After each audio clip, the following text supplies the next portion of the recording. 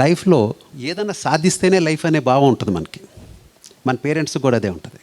ఇదేదో పెద్ద ఆడవాళ్ళు బాగా, అది ఏమిటనేది డెసిషన్ ఉండదు. పేరెంట్స్ కూడా వీడు బాగా చదువుకోవాలా అంటే ఏం చదువుకోవాలంటే మళ్ళీ దాని క్వశ్చన్ మార్క్ ఉంది. అంటే అన్ఫోకస్డ్ గోల్స్గా ఉంటాం.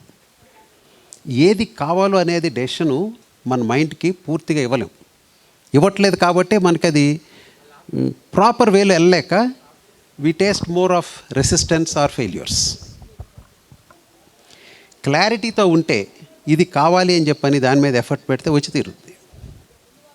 దానికి ఇంకో రూల్ లేదు, ఇంకొక దాన్ని సబ్వర్ట్ చేస్తానికి దారే లేదు.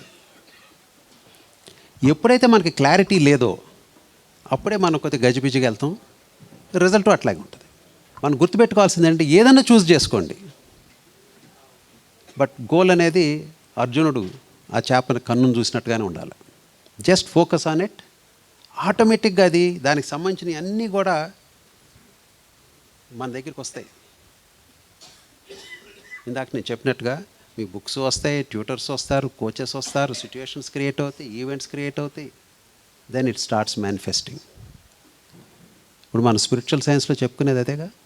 దీన్ని మన ధ్యానంలోకి తీసుకెళ్తే, ధ్యానం చేస్తే మైండ్ స్థిరంగా ఉంటుంది.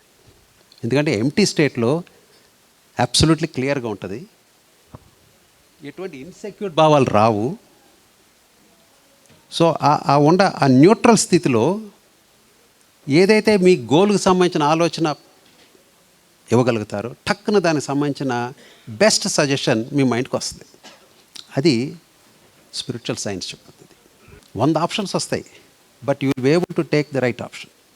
దానికి ఎఫర్ట్ పెట్టాలి. మళ్ళీ ఊరిని ఆలోచన పెడితే అవ్వదు కదా.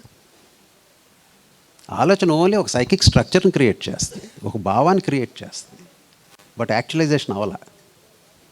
యాక్చువలైజేషన్ అవ్వాలంటే దానికి కావాల్సిన ఎఫర్ట్ మనసులో నుంచి వాచ్లోకి రావాల్సిందే. That means we should start speaking about it, we should start learning about it.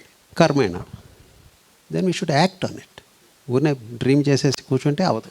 గాలిలో దీపం పెట్టి దేవుడా నువ్వే దక్కండి, ఏ దేవుడు రాడు. So you should start acting. ఎప్పుడైతే ఇది చేశామో,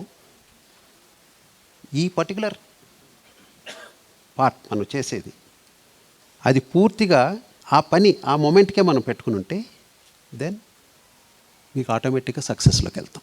అంటే దాని రిజల్ట్ వస్తుంది. సక్సెస్ అనే కంటే కూడా దాని రిజల్ట్ వస్తుంది. దేనికోసమైతే మనం ఎఫర్ట్ పెట్టామో ఆ రిజల్ట్ ఖచ్చితంగా వస్తుంది.